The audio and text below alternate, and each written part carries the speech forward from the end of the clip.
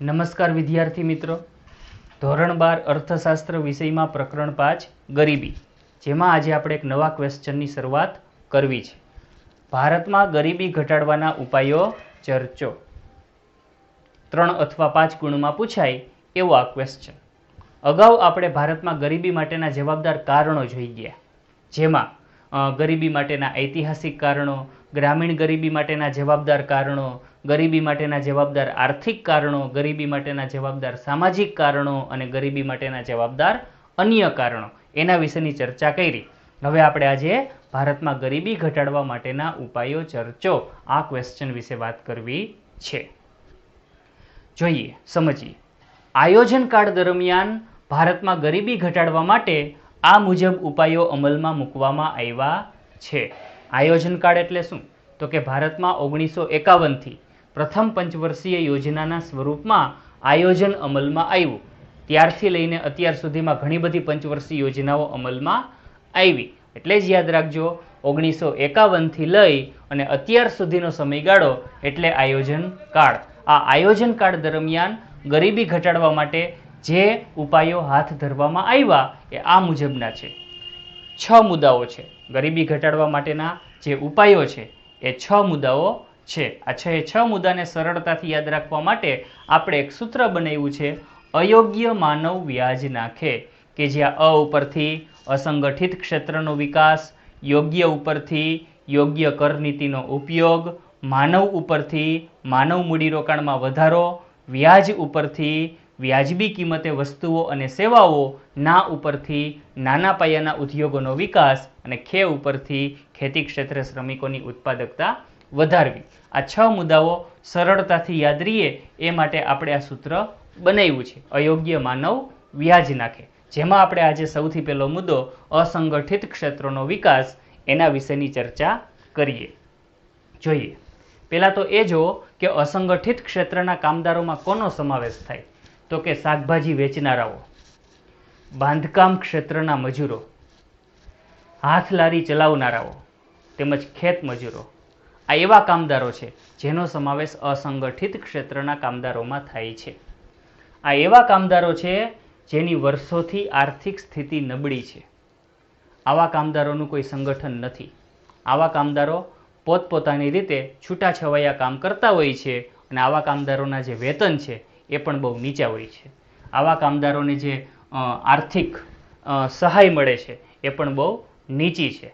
શાકભાજી વેચનારાઓ, બાંધકામ ક્ષેત્રના મજૂરો, હાથ લારી ચલાવનારાઓ તેમજ ખેત મજૂરો વગેરેનો સમાવેશ અસંગઠિત ક્ષેત્રના કામદારોના એમાં થાય છે.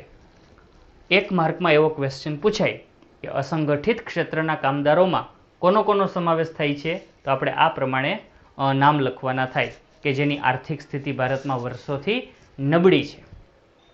આવા કામદારોની સ્થિતિ સુધારવા માટે રાષ્ટ્રીય આયોગ દ્વારા ભલામણ થઈ છે, એના વિશેની આપણે અહીં વાત કરવી છે. આવા કામદારોની કામની સ્થિતિને ધ્યાનમાં રાખીને આવા કામદારોને સામાજિક સુરક્ષા પૂરી પાડવી જોઈએ અને સામાજિક સુરક્ષાના ભાગરૂપે આવા કામદારોને જીવન વીમાનો લાભ, જુદી જુદી યોજનાઓ અંતર્ગત સ્વાસ્થ્ય વીમાનો લાભ તેમજ વૃદ્ધાવસ્થા પેન્શન યોજનાનો લાભ આપવો જોઈએ અને એ રીતે આવા કામદારોને સામાજિક સુરક્ષા પૂરી પાડવી જોઈએ કે જેથી કરીને આવા કામદારોની આર્થિક સ્થિતિમાં સુધારો થાય અને ગરીબીના પ્રમાણમાં ઘટાડો થાય. અને આ જે જીવન વીમા, સ્વાસ્થ્ય વીમા તેમજ વૃદ્ધાવસ્થા પેન્શન યોજનાના લાભ આપવાની વાત છે, એના ભાગરૂપે જ ભારત સરકારે પ્રધાનમંત્રી જીવન જ્યોત વીમા યોજના, પ્રધાનમંત્રી સુરક્ષા વીમા યોજના, સાર્વભૌમિક સ્વાસ્થ્ય વીમા યોજના, વૃદ્ધાવસ્થા પેન્શન યોજનાના ભાગરૂપે અટલ પેન્શન યોજના, આ બધી જ યોજનાઓ સરકારે આવા કામદારો માટે અમલમાં મૂકી છે, જેનો ઘણા બધા વ્યક્તિઓ અસંગઠિત ક્ષેત્રમાં કામ કરતા જે કામદારો છે એનો લાભ લઈ રહ્યા છે. તો ગરીબી ઘટાડવા માટેના ઉપાયમાં આ પહેલો મુદ્દો અસંગઠિત ક્ષેત્રનો વિકાસ. હવે આપણે બીજો મુદ્દો સમજીએ, યોગ્ય કર નીતિનો ઉપયોગ. ગરીબી ઘટાડવા માટેના ઉપાયના ભાગરૂપે બીજો મુદ્દો છે યોગ્ય કર નીતિનો ઉપયોગ. જોઈએ, અર્થતંત્રમાં આવકની અસમાનતા ઘટે અને ગરીબી ઘટે એ માટે સરકાર દ્વારા યોગ્ય કર નીતિનો ઉપયોગ કરવામાં આવે છે. આવકની પુનઃ વહેંચણી માટે, કે જેમાં ધનિકો પાસેથી આવકનો પ્રવાહ ગરીબો સુધી પહોંચે એ માટેના પ્રયત્નો ઉપર વિશેષ ભાર મુકાય છે. અર્થતંત્રમાં આવકની અસમાનતા ઘટે, ગરીબી ઘટે, એ માટે આવકની પુનઃ વહેંચણી કરવા માટે ગવર્મેન્ટ દ્વારા યોગ્ય કર નીતિનો ઉપયોગ કરવામાં આવે છે. જેમાં સરકારના કેવા પ્રયત્નો હોય તો કે ધનિકો પાસેથી આવકનો જે પ્રવાહ છે એ ગરીબો સુધી પહોંચે એ માટેના પ્રયત્નો ઉપર વિશેષ ભાર મુકાતો હોય છે, કે જેથી દેશમાં આવકની અસમાનતા ઘટે અને ગરીબીનું પ્રમાણ ઘટે. ભારતમાં આવકની અસમાન વહેંચણી વધુ છે. ભારતની જે રાષ્ટ્રીય આવક છે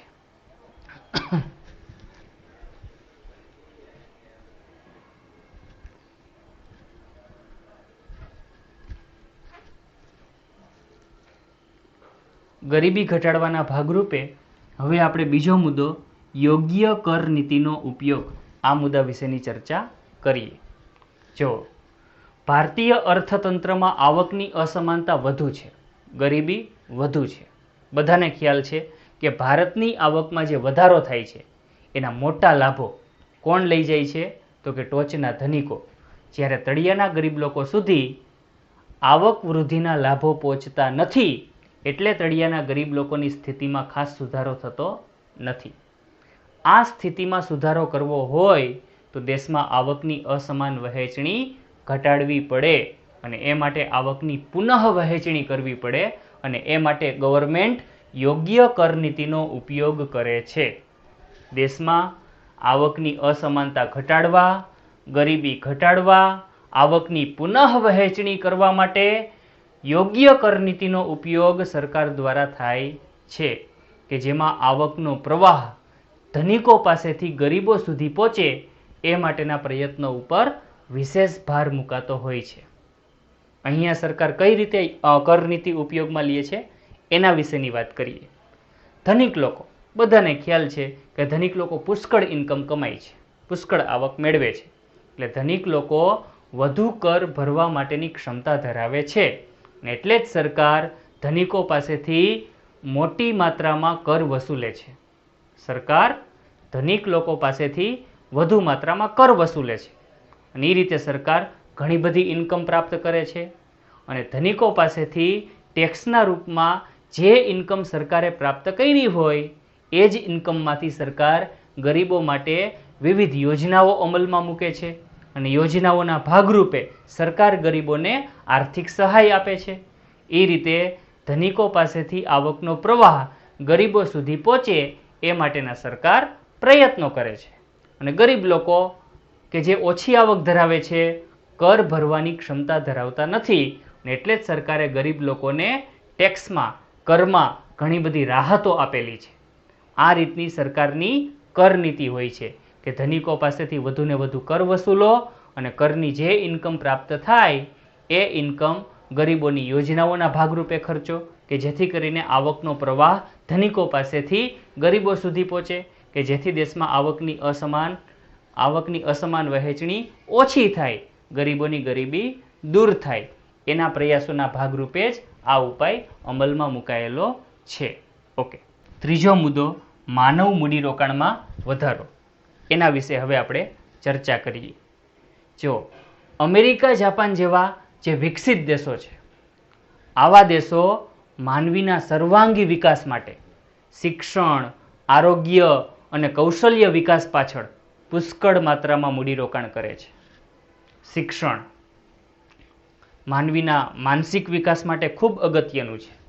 આરોગ્યની સેવા માનવીના શારીરિક વિકાસ માટે ખૂબ અગત્યની સેવા છે, અને કૌશલ્ય વિકાસ માટે તાલીમ પૂરી પાડવી ખૂબ જરૂરી છે. વિકસિત રાષ્ટ્રો જેવા કે અમેરિકા, જાપાન, આવા રાષ્ટ્રોમાં માનવીના સર્વાંગી વિકાસ માટે શિક્ષણ, આરોગ્ય અને કૌશલ્ય વિકાસ પાછળ પુષ્કળ માત્રામાં મોટા પાયે મૂડીરોકાણ કરવામાં આવે છે. એટલે જ આવા વિકસિત રાષ્ટ્રોના જે શ્રમિકો છે એ સર્વાંગી વિકાસ પામેલા શ્રમિકો છે. આવા શ્રમિકો માટે રોજગારીના પુષ્કળ વિકલ્પો હોય છે. રોજગારી માટેની વિશાળ તકો આવા શ્રમિકોને ઉપલબ્ધ થતી હોય છે, અને વેતન પણ ખૂબ ઊંચા હોય છે.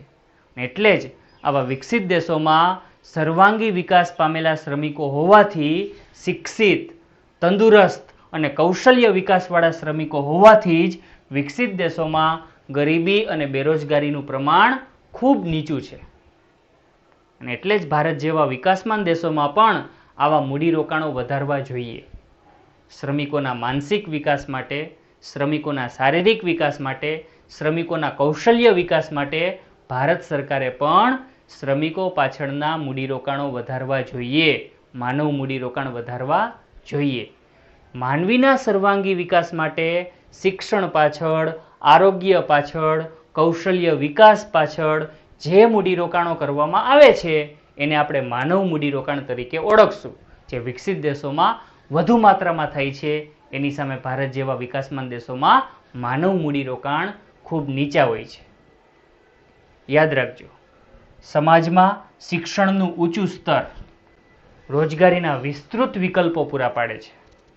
જે શ્રમિકો શિક્ષિત હોય એને રોજગારી માટેના વિસ્તૃત વિકલ્પો મળે, વિશાળ વિકલ્પો મળે.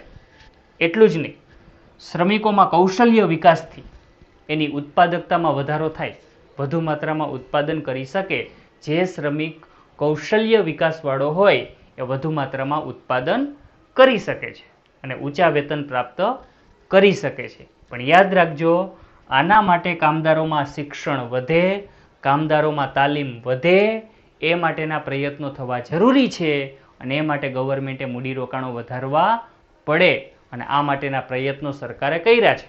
દેશના શ્રમિકોમાં શિક્ષણનું પ્રમાણ, તાલીમનું પ્રમાણ વધે, દેશના શ્રમિકોમાં કૌશલ્ય વિકાસ થાય, એ માટેના પૂરતા પ્રયત્નો દેશની સરકાર દ્વારા થયા છે કે જેથી કરીને આવા શ્રમિકોને રોજગારીની વિશાળ તકો પ્રાપ્ત થાય અને ઊંચા વેતન પ્રાપ્ત થાય, તેમજ ગરીબીની સ્થિતિમાંથી આવા શ્રમિકો બહાર આવી શકે. એ માટેના પ્રયત્નો ગવર્મેન્ટે કર્યા છે. શેના ભાગરૂપે? તો કે ગરીબી ઘટાડવાના ઉપાયોના ભાગરૂપે. ઓકે, તો આ મુદ્દો આપણો પૂરો. હવે આપણે ચોથો મુદ્દો, વ્યાજબી કિંમતે વસ્તુઓ અને સેવાઓ, એના વિશેની ચર્ચા કરીએ. ગરીબી ઘટાડવાના ભાગરૂપે ચોથો મુદ્દો, વ્યાજબી કિંમતે વસ્તુઓ અને સેવાઓ પૂરી પાડવી, એના વિશે હવે આપણે ચર્ચા કરીએ. જો ભારતમાં ગરીબ કુટુંબનો મોટો વર્ગ એવો છે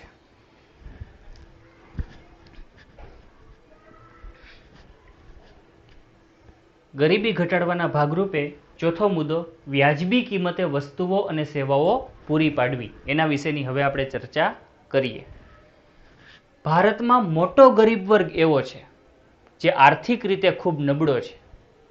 એની આર્થિક સ્થિતિ એટલી બધી નબળી છે કે એ માર્કેટમાંથી પૂરતી માત્રામાં અનાજ ખરીદવાની ક્ષમતા પણ ધરાવતો નથી.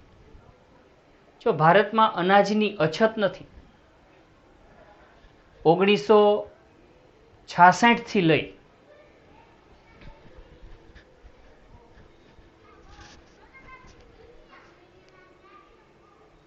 હવે આપણે ગરીબી ઘટાડવાના ભાગરૂપે ચોથો મુદ્દો, વ્યાજબી કિંમતે વસ્તુઓ અને સેવાઓ પૂરી પાડવી, એના વિશેની ચર્ચા કરીએ. ભારતમાં મોટો ગરીબ વર્ગ એવો છે જે આર્થિક રીતે ખૂબ નબળો છે. આના નબળો ગરીબ વર્ગ પૂરતી માત્રામાં માર્કેટમાંથી અનાજ ખરીદવાની ક્ષમતા પણ ધરાવતો નથી. જો ભારતમાં અનાજની તંગી નથી. 1966 થી ભારતમાં હરિયાળી ક્રાંતિની શરૂઆત થઈ ત્યારથી લઈને અત્યાર સુધીમાં ભારતની ખેત ઉત્પાદકતામાં ઘણો વધારો થયો છે. અનાજના ઉત્પાદનમાં અનેક ગણો વધારો થયો છે. એટલે જ ભારતમાં અનાજની તંગી નથી.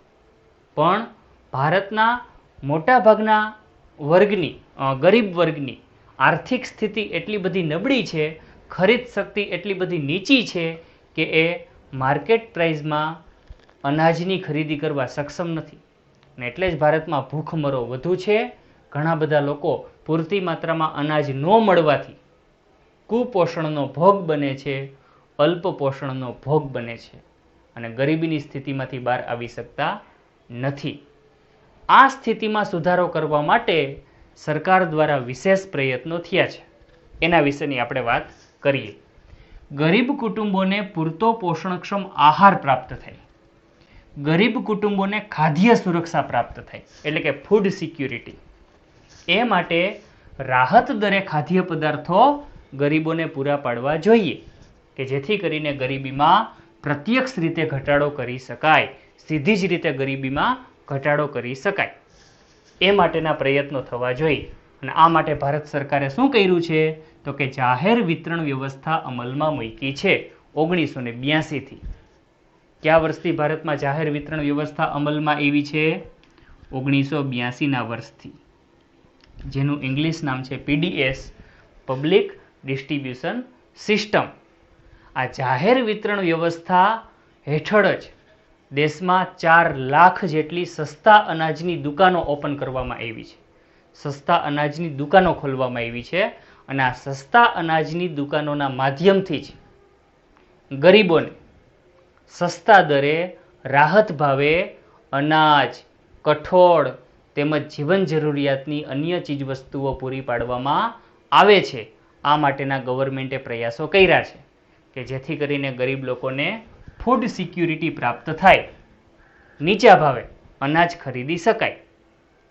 આ વાત સસ્તા અનાજની દુકાનોના માધ્યમથી ગરીબ લોકોને 2 રૂપિયે કિલો ઘઉં અને 3 રૂપિયે કિલો ચોખા પૂરા પાડવામાં આવે છે કે જેથી કરીને આવા ગરીબ લોકો કુપોષણ કે અલ્પપોષણની સ્થિતિનો ભોગ બને નહીં અને ગરીબીમાં ઘટાડો થાય. એવા આશયથી જ આ જાહેર વિતરણ વ્યવસ્થા 1982 થી સરકારે અમલમાં મૂકી છે. યાદ રાખજો. ઓકે, તો વ્યાજબી કિંમતે વસ્તુઓ અને સેવાઓ જો ગરીબોને પૂરી પાડવામાં આવે તો પણ આ રીતે ગરીબીમાં શું કરી શકાય છે? ઘટાડો કરી શકાય છે. હવે આપણે 5મો મુદ્દો નાના પાયાના ઉદ્યોગોનો વિકાસ, એના વિશેની વાત કરવી. ગરીબી ઘટાડવાના ભાગરૂપે 5મો મુદ્દો નાના પાયાના ઉદ્યોગોનો વિકાસ કરવો. જો ભારતમાં કુલ રાષ્ટ્રીય ઉત્પાદન વધારવાના હેતુથી, દેશની કુલ રોજગારીમાં વધારો કરવાના હેતુથી નાના પાયાના ઉદ્યોગો અને ગૃહ ઉદ્યોગો ખૂબ જ અગત્યના સાબિત થયા છે. દેશમાં કુલ રાષ્ટ્રીય ઉત્પાદન વધારવાના હેતુથી, દેશની કુલ રાષ્ટ્રીય આવકમાં વધારો કરવાના હેતુથી અને દેશમાં રોજગારીની વિશાળ તકોનું સર્જન કરવાના હેતુથી જે નાના પાયાના ઉદ્યોગો છે, જે ગૃહ ઉદ્યોગો છે, એ દેશ માટે આશીર્વાદરૂપ છે. કોને આપણે નાના પાયાના ઉદ્યોગો અને ગૃહ ઉદ્યોગો ગણશું? તો કે જે ઉદ્યોગો વસવાટના સ્થળ ઉપર અથવા તો વસવાટના સ્થળથી નજીક કુટુંબના સભ્યો દ્વારા ચાલતા હોય, જેમાં નહિવત મૂડીરોકાણ હોય, યંત્ર સામગ્રીનો ઉપયોગ નહિવત હોય, વીજળીનો ઉપયોગ નહિવત હોય, આવા ઉદ્યોગો કે જે સાદા ઓજારો ઉપયોગમાં લેતા હોય એને ગૃહ ઉદ્યોગો કહેવાય. અને જે ઉદ્યોગોમાં ₹5 કરોડ સુધીનું મૂડીરોકાણ થયેલું હોય, જે ઉદ્યોગોમાં ₹5 કરોડ સુધીનું મૂડીરોકાણ થયેલું હોય અને ઉત્પાદન માટે શ્રમ પ્રધાન ઉત્પાદન પદ્ધતિ ઉપયોગમાં લેવાતી હોય, એવા ઉદ્યોગને આપણે નાના પાયાના ઉદ્યોગો તરીકે ઓળખશું. આવા નાના પાયાના ઉદ્યોગો અને ગૃહ ઉદ્યોગો દેશ માટે ખૂબ જ આશીર્વાદરૂપ છે. દેશની રાષ્ટ્રીય આવક વધારવાના હેતુથી, દેશમાં રોજગારીની વિશાળ તકો સર્જવાના હેતુથી અને દેશના કુલ રાષ્ટ્રીય ઉત્પાદનમાં વધારો કરવાના હેતુથી. અને એટલે જ આવા ઉદ્યોગોનો વિકાસ થાય એ બહુ જરૂરી છે. પાછી અગત્યની વાત એ છે કે આવા ઉદ્યોગોને સ્થળનું બંધન નડતું નથી.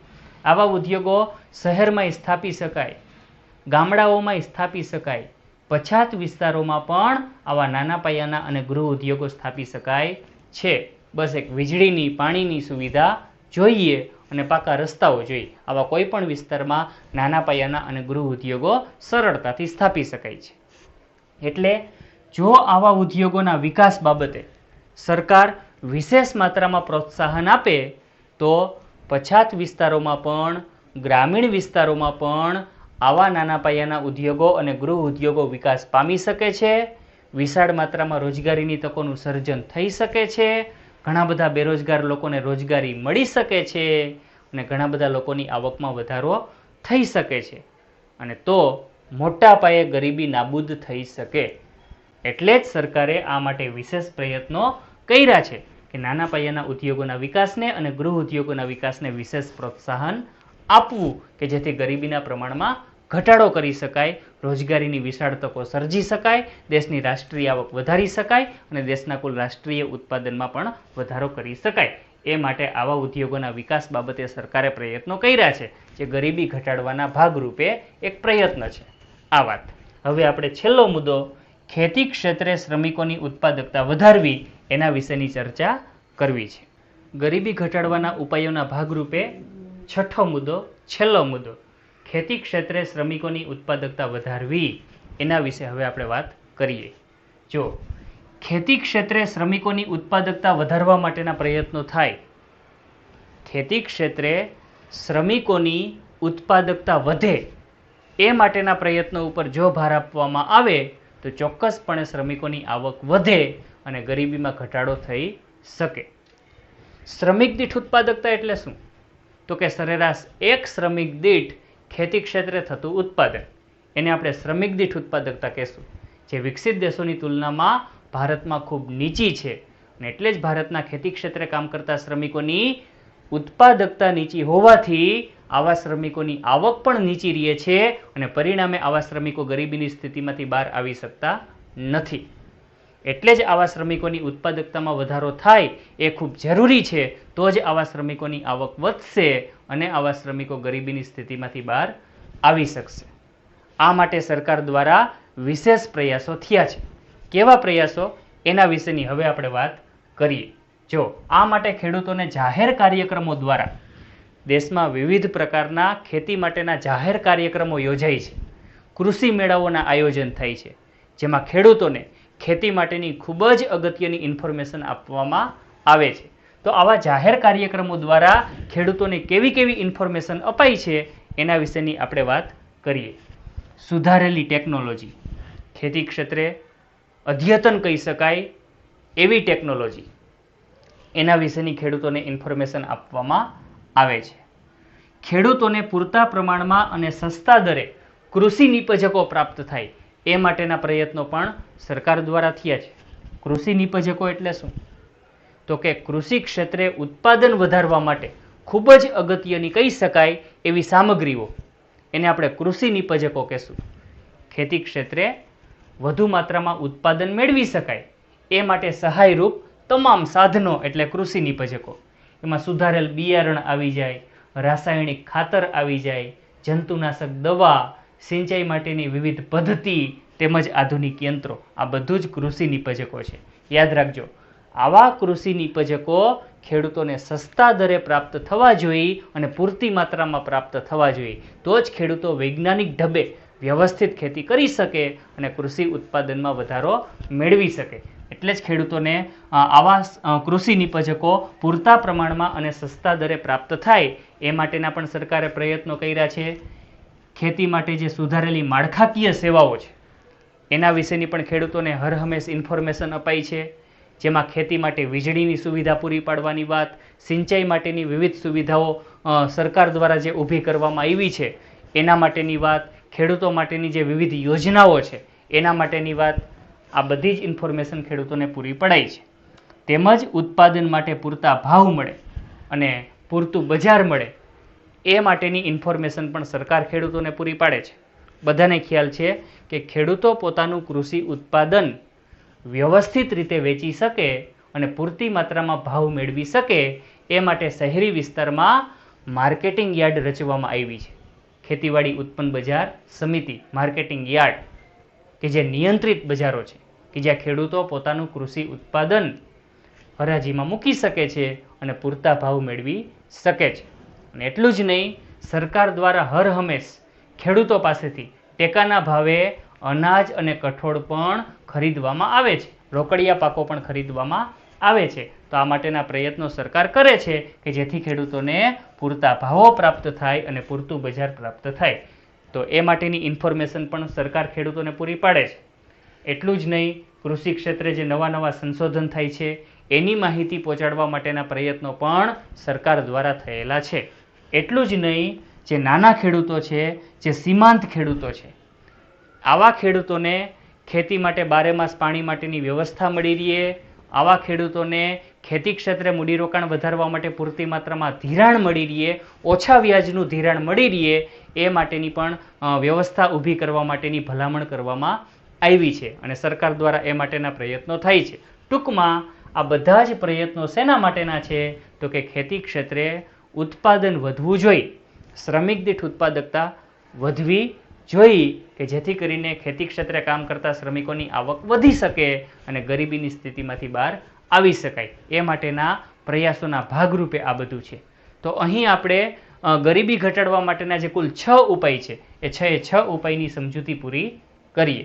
કયા 6 ઉપાયની આપણે વાત કરી?